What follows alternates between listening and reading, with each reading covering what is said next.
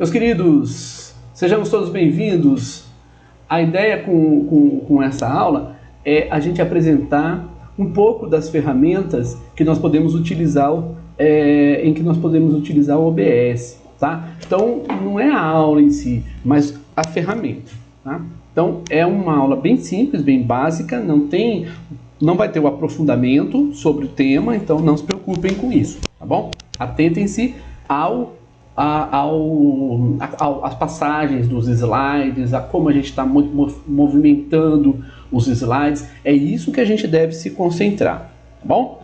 Então, acompanha comigo agora. Estou pondo uma luvinha aqui que eu estou usando uma mesa digitalizadora, tá? Lembrando também, outra coisa, que nós vamos usar um software chamado OpenBoard, né, que é um simulador de quadro branco, tá bom? Então nós já estamos gravando, então vamos para a aula. Bom, o tema que eu escolhi para poder apresentar para vocês é Eratóstenes e a Terra esférica, tá? Então aqui tem uma foto da NASA mostrando a esfericidade da Terra, certo? E é claro que isso aqui representa a atmosfera, mas a atmosfera tem relação com o formato da Terra também, tá? Então vamos passar para frente. São duas perguntas motivadoras que a gente pode fazer: qual é o formato da Terra e se a Terra possui movimentos. Veja que nós apresentamos as três como respostas. Por quê? Porque aqui, nesse momento, nós não estamos preocupados se a resposta vai estar correta ou não. O que nós queremos é que vocês respondam. Então é muito importante responder para vocês. Não é uma pergunta avaliadora no sentido de fazer uma avaliação para nota durante a aula, nada disso. São perguntas para autoavaliação. Então você vai guardar essas perguntas para você mesmo responder futuramente, quando você tiver interesse. Então, ao final dessa aula, a gente espera que todos os participantes tenham desenvolvido um saber, no sentido de ter conhecimento sobre os conceitos, e o ser, que é a relação entre você e o tema e os conceitos, né, necessários para refletir criticamente sobre o formato da Terra, tá? E trata-se de um incentivo à pesquisa histórica, geográfica, desenvolvimento matemático e o desenvolvimento da reflexão crítica. Bom, contextualização. Quem foi, né, Eratóstenes? Ele foi um matemático, geômetra, filósofo, astrônomo, bibliotecário. Então, ele viveu nessa região aqui do norte da África, tá? Então, aqui nós temos um detalhe do mapa mostrando a cidade de Alexandria. Então, ele viveu nessa região aqui, nessa cidade, mais especificamente. Essa é a cidade de Alexandria hoje. Na época de Eratóstenes, veja que ele nasceu em 276 a.C. e viveu até 194 a.C. Ele nasceu na cidade de Cirene, que fica aqui perto também, tá? E faleceu na própria cidade de Alexandria. Essa foto menor mostra a Biblioteca de Alexandria. A Biblioteca de Alexandria foi totalmente destruída, totalmente não, foi praticamente, né, destruída por completo nos primeiros anos do nosso calendário cristão. Bom, por que falar sobre Eratóstenes? Eratóstenes vivia na cidade de Alexandria. Aqui tem o mar Mediterrâneo, então Alexandria era um porto muito importante dessa época. Essa época, o Egito aqui, tá? Mas embora a gente tenha o Egito aqui, o Império Romano estava em busca de conquistar essa região. O Eratóstenes foi contemporâneo do Arquimedes, inclusive. Eles conversavam muito, eles trabalhavam juntos na mesma biblioteca, enfim.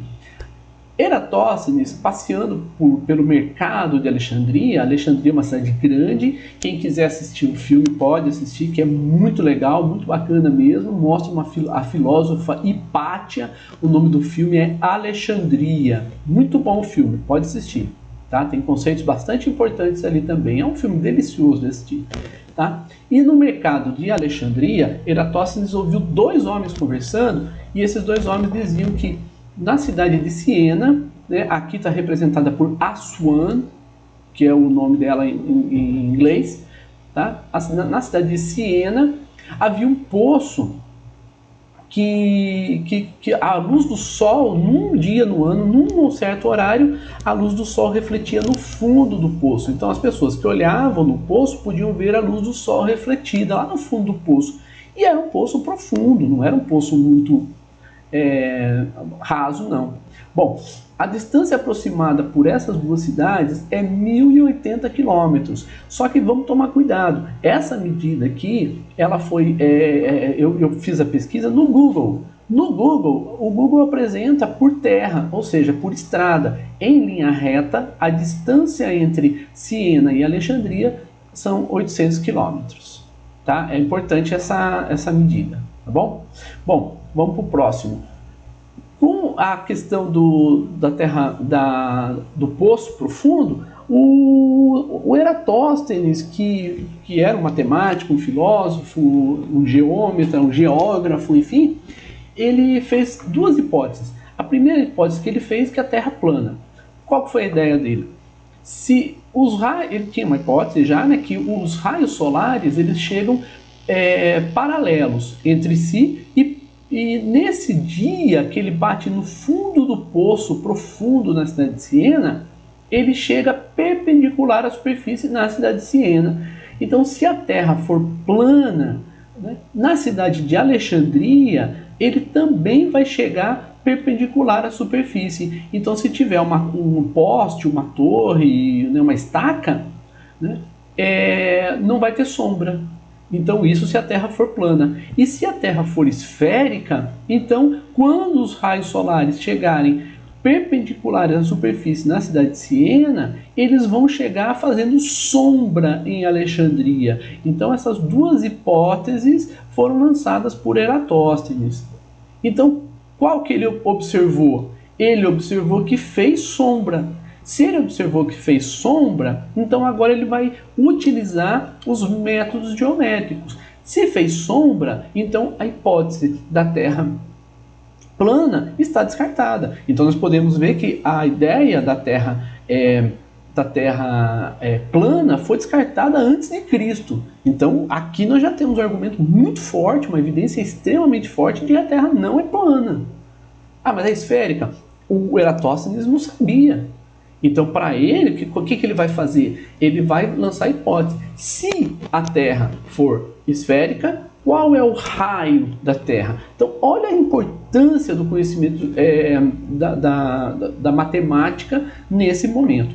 Ele sabe que faz sombra, então ele vai tomar dois raios paralelos entre si. Um passando pela cidade de Siena e outro na estaca que está na cidade de Alexandria.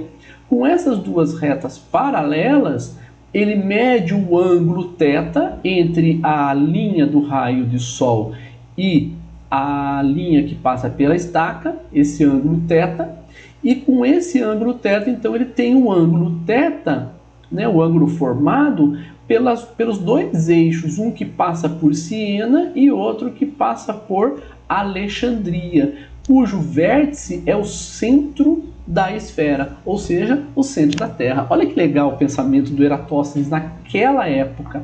Conhecimento de matemática importantíssimo, de geometria.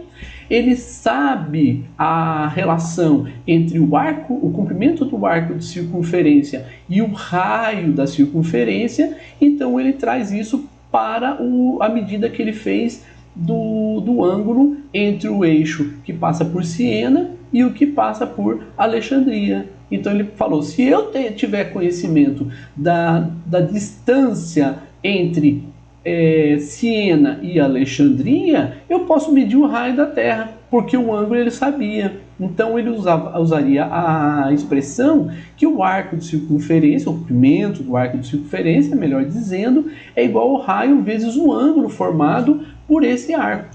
Então, só que o ângulo formado não pode ser em graus, tem que ser em radianos. Por quê? Porque radianos é uma medida adimensional. O que significa um radiano? Um radiano é igual a razão entre o comprimento do arco de circunferência e o raio da circunferência, quando o comprimento do arco de circunferência tem o mesmo valor do raio da circunferência. Isso é um radiano. Tá? Sabendo disso, então ele vem para o cálculo. Ele sabe que o ângulo é 7,2 graus, fazendo a transformação vai para 0,12566 radianos. E ele também, naquela época, ele fez a medida em linha reta entre Alexandria e Siena e chegou no valor de 800 quilômetros. Com isso, ele fez o cálculo e chegou no raio de 6.366 quilômetros. Esse é o raio da Terra que Eratóstenes mediu. Ele foi lá e mediu com dados que ele coletou, né, experimentalmente. Comparados com o raio médio hoje, nos dias atuais, olha a diferença. O raio médio atual da Terra, medido hoje com os instrumentos mais avançados, é 6.371 quilômetros. O Eratóstenes calculou 6.366, portanto, uma diferença muito pequena comparado com hoje, tá certo? Então, esse é o cálculo feito por Eratóstenes, e a ideia é justamente nós percebemos o quanto é importante o conhecimento científico quando houver necessidade. Eratóstenes usou seu conhecimento científico. E aqui nós temos um pouquinho do que nós podemos fazer usando o OBS. Tá bom? Forte abraço, um beijo enorme no coração de todos vocês e até a próxima.